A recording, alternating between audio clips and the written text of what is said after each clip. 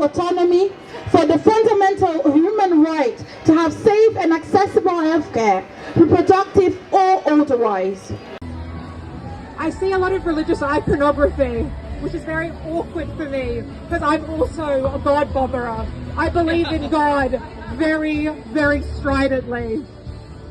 But my God isn't a God without compassion. He's not a God without love or mercy.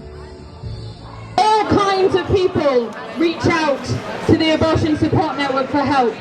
All kinds of people need abortions, and all kinds of people are stopped from accessing their health care by the states of the countries they live in. We actually don't give a shit if people have abortions or if people don't have abortions.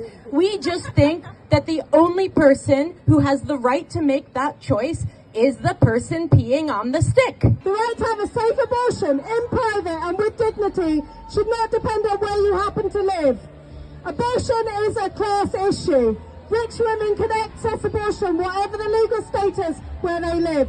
It is working class women who always suffer. And they talk about reproduction, and they talk about how women are the womb of the nation. They use that white supremacy ideology to curtail our rights, whether we or not have children. I think that's why it's important for us to be out here today and to come together, to work together, to connect all the different issues. We know how sexism impacts women in different communities. We know how racism impacts different communities. And like I said earlier, abortion is healthcare, and part of the big work that we do is connecting all those different issues together and bringing lots of different coalitions together.